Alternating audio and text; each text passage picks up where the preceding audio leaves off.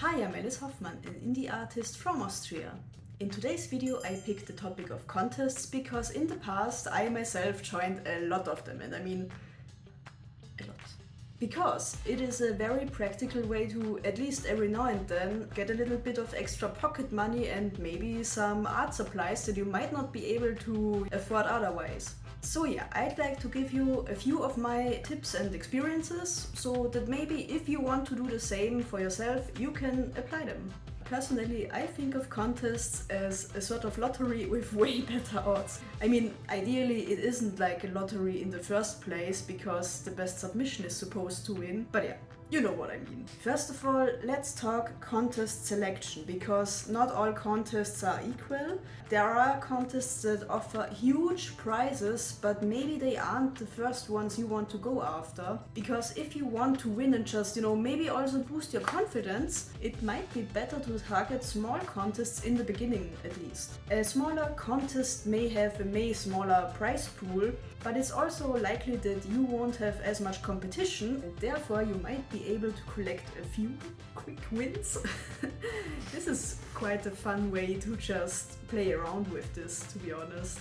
Contests by private people may not have the huge prestige that you associate with bigger ones, but they also sometimes have a lot of heart and passion behind them, which is also nice to experience. So back in the day, I used to look around DeviantArt groups specifically for contests, for ones that end soon and entered last minute. a little schemer who just waits for the right time to jump on an opportunity. But really, it's a good tactic, to be honest, because by that time you usually know who is entering the contest and you have a pretty good idea of whether or not your art can compete with that. And you have to be pretty honest with yourself. If you're just telling yourself that yeah, this will work out, and then you get your hopes up and end up not winning, then yeah, you might end up disappointed. So be honest with yourself. Nowadays it might be better to look for other platforms with a more active user base. But yeah, to be honest, I haven't checked out the situation on DeviantArt anymore. Maybe it is still an okay place to look for contests. You might as well try. One problem though with this smaller contest scene is that sometimes it can happen that organizers mysteriously vanish because they don't want to pay up. That's a simple reality.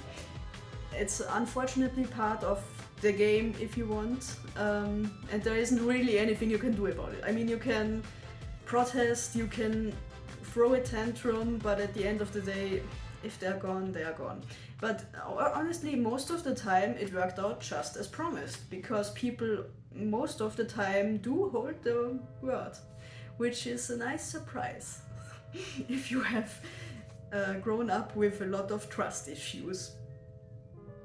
So the next thing might not be so relevant for the really small contests, but there are also often contests which have multiple categories. So for example, you've got one category for a certain topic, technique or whatever. For example, I entered the first Copic Award in 2017 and it had 3 different categories. So the one with the most submission by far, like uncountable ones, was the illustration category. There were so many competitors and so many extremely skilled people, and like people with a certain fan base too. It would have been a tough field to compete, to be honest. I thought to myself, wait a second, Alice, have a look, what are the other categories? So I won, I'm not sure what it was exactly, but I think something like concept design of some sort. I don't remember exactly, so I'm sorry for the misinformation if it's wrong. But however, that's not the point. The third one was crafts. I enjoy craft a little bit, every now and then, but it's not my main thing. But I thought, I can make this work maybe. Because this category was absolutely underrated. I mean, there were, compared to the illustration category, there were like 12 entries. I know it were a few more, but yeah, just no comparison at all. So yeah, I'm glad that I took the second to think about this, because I committed to submitting something to the craft category and I really went about this strategically because I thought about, okay, what might look cool and look like a lot of effort, but is still doable for me. So I got to the conclusion that doing a papercraft figurine with a little pavilion around it might look awesome and be doable in 3 days before the deadline. Yeah, 3 days before the deadline. So I think I also did an all-nighter at some point, but it was fun. It was all in good fun, so it's okay. And I really put in all my effort and it paid off. So I didn't win the main prize with the extremely huge prize pool, but mine was still super awesome as a runner-up judges award. So I'm really glad that I committed to this one. Sometimes it can really pay off financially, but also it would have been great fun even if I hadn't won, so I think this is an important point to keep in mind as well. By the way, I just wanna say, the pavilion didn't look so wobbly back in the day when I made it. I don't know how it got worse over the years, but maybe the glue isn't so suited for it. It is what it is. I still wanna say that large popular contests that are maybe a bit more established can still be an interesting event to join if you go with it with the right attitude. So some time ago I entered Silent Manga Audition in 2020, knowing fully well that it has a ton of submissions each time and I think they're getting more and more. However, simply having a deadline to finish a manga project and having the opportunity to have the submission reviewed by a judge team of professional mangaka, that alone was worth it to me. And I'm very glad that I did it. So I won absolutely nothing in this contest, but I got so much out of it because my manga making technique in terms of paneling and just, I guess, speed and efficiency increased a lot. It was a very nice experience and one of the funnest months of my life, even though it was also pretty suspenseful because I didn't know if I can do it. But yeah, it's just nice to see if you can, fulfill a challenge. When it comes to big contests, there has also been some social media backlash against big companies who hold contests and have some shady submission rules where they basically get a lot of free artwork that they can make profits from, while stripping the artists of a lot of legal rights and giving them nothing.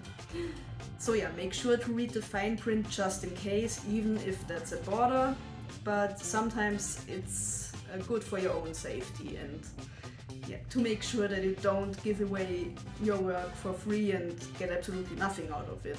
Another reason to read all the rules is that a lot of contests may not accept entries from all countries, and it's better to put in a huge amount of love into your submission only to see that you can't even win, even if the jury recognizes your efforts. So yeah, make sure to do that. Good, second point, your artwork. Obviously, in order to win a contest, it's gotta be high quality, but it's also important that maybe you don't get too attached to the idea of winning. It is cool to make a great artwork for itself, so as long as you can have fun and really enjoy the process, that's awesome. Go along. But if you are really in it for the prize and you are not sure if you can even win and you don't have any idea for something that you are truly passionate about, well then, yeah, you can of course take part in the thing, and sometimes it's also just good exercise and you don't have to expect anything, and sometimes it works out, sometimes it doesn't. I think that's also a good experience, just to see it for yourself that yeah, it's out of your control, but you can still influence it a little bit. Stuff that works a lot in general with illustrations, at least I'd say, making sure to have a background that isn't just a flat color. Ideally, some sort of landscape or city tends to stand out. Some advanced poses where make sure to just use references. I mean, there are still people who don't do that, and if you do this simple thing, you are already miles ahead. If you want to go the extra mile, then maybe have characters interact, especially if someone does a private contest of their original characters, they tend to like interactions of their characters. Of course, make sure you follow the descriptions that they might provide and put in a little passion. then yeah, might make the person happy who does the contest, and they might make you happy by showing you the recognition that you deserve. The ideal case, of course, is that you are so happy with your artwork that you can put it into your portfolio and maybe even turn it into prints, if the contest rules allow it. If you aren't sure, for example, if it's an original character contest where you use someone else's design to enter, then make sure to just ask them. It can happen that some artists don't like it when you sell prints of their characters without asking them. So yeah, don't burn bridges. They probably will say yes if you ask, and if they say no, you can maybe still try to find an arrangement that works for both of you, and if it doesn't, don't push your luck. Honestly, don't be a nuisance, and then you are good to go. Thirdly, the jury of the contest. So starting with a sort of a negative experience, it can sometimes happen that winners are picked based on nepotism. Yeah, let's get that out of the way. It just happens. Let's not sugarcoat it, honestly. So if for some reason you are sure that this might happen with the jury because you somehow know of past contests that they judged and where this has happened as well, well, you know, could be that they learned the lesson, could be that it happens again, because sometimes humans need a lot of time to learn their lessons. I also generally don't really recommend contests where the audience votes for the winners, because unless you have like 100 friends, it can totally happen that the winner isn't based on merit, but like, you know, number of people who can be asked to vote for them. In general, it's ideal, of course, if you can check out past contests that a certain jury member has judged, so you can get a feel on if you think they are doing a fair job or not. But yeah, make sure that this doesn't turn into another job, because you can at this point you can put in so much time that at some point it's a sunk cost fallacy. Finally, does it make your heart sing? Maybe it's not necessary at all to turn all this into a science. So let's say you see a contest announcement and you immediately know that this is awesome, you are inspired to make an artwork, just go for it. You know, personally nowadays I am happy about all the contests that I entered. Even the ones where I felt that it was unfairly judged, or where just sometimes people were way better than me and I had my ego boost. It's good to grow. However, it did give me a nice kick whenever I won, so there's that. The artwork that I submitted for the Copic Award 2017 was even part of an official exhibition in Japan, and it made its way to Japan before me, so for lack of better words, that was a very interesting feeling. And so I think I mentioned this already, but I think it's worth repeating that it's probably best to treat this whole thing as a game. This way you can have the most fun with it and not get too bogged down by the outcome either way. If you need a more reliable source of income, I think it's generally better to go with commissions and double down on these, or look for a job in the industry or not.